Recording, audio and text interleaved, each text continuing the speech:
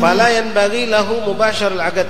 Tak sepatutnya seorang yang diminta untuk menikahkan itu sembrono langsung dinikahkan. Tapi harus tahu secara detail sampai dia yakin bahwasanya ini mempelai laki-laki dan mempelai perempuan ini adalah memang pantas untuk dinikahkan. Tidak ada sesuatu yang menghalangi. Tidak ada sesuatu yang menghalangi mereka untuk menikah secara hukum syar'i, secara hukum syariat. Ya, ini kan sering kita dengar dari ketib.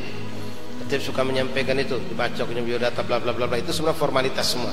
Ya, tidak harus tak dibacok kalau kita sudah tahu jelas status perempuan ini siapa, laki-laki itu siapa, walinya ada sejadah, ya tidak harus tak bertele-tele sebetulnya. Cuma itu formalitas yang ada di sistem di KUA kita, ya begitu cara mereka bacok ke secara lengkap detail segala macam. Itu sebenarnya sekedar formalitas saja. Yang penting itu yakin ini perempuan yang akan kita kawinkan adalah memang seorang yang pas dan boleh untuk dinikahkan. Kemudian laki-lakinya pun juga kita tahu ini laki-laki memang adalah laki-laki yang boleh untuk menikah secara hukum syariat. Hatta yatahaqqaqa khuluha anin nikah. Kita pastikan perempuan itu misalnya kalau dia tadi benar-benar kosong dari pernikahan, bukan masih statusnya istri orang lain. Nah ini kadang-kadang boleh saja terjadi, ikhwan, begini kejadiannya. Boleh jadi betina itu tidak jelas statusnya, apakah dia menjanda atau masih istri orang lain. Kenapa? Kasusnya digantung. Tahu digantung? Bukan gantung perempuan itu digantung, statusnya itu digantung oleh suaminya. Ini kejadian. Jadi ada seorang perempuan ini di Palembang, kejadian Palembang sini, walhasil istri yang bukan istri yang soleha. Jadi dia ini ya hidup rumah tangga, kadang-kadang kita ada masalah biasa itu rumah tangga ya, masalah besar kita kecil, masalah kecil kita buang. Nah ini perempuan ini memang agak sedikit mungkin maunya hidup nikmat, hidup senang, hidup mewah. Jadi dia tuh bosan hidup sama suaminya dengan keadaan pas-pasan. Suruh sabar hidup sama suaminya di Palembang, tidak mau, dia pengen tetap nak balik ke tempatnya di luar Palembang sana. Akhirnya minta izin sama suaminya. Ada suatu momen acara dia minta izin untuk pergi ke tempat kampung orang tuanya. Diizinkan ya, karena tujuannya untuk silaturahmi, ada undangan dari keluarganya yang mengadakan acara kawinan katakanlah. Diizinkan, 2 hari setelah acara balik. Subhanallah, tidak balik.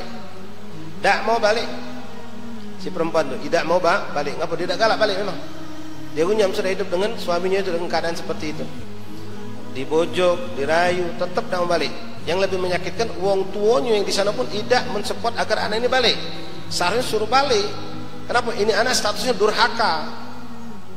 Dia diizinkan cuma 2 hari 3 hari, tapi dia tidak mau balik. Ini naudzubillah, nusyuz ini namanya. Perempuan ini nusyuz, perempuan durhaka.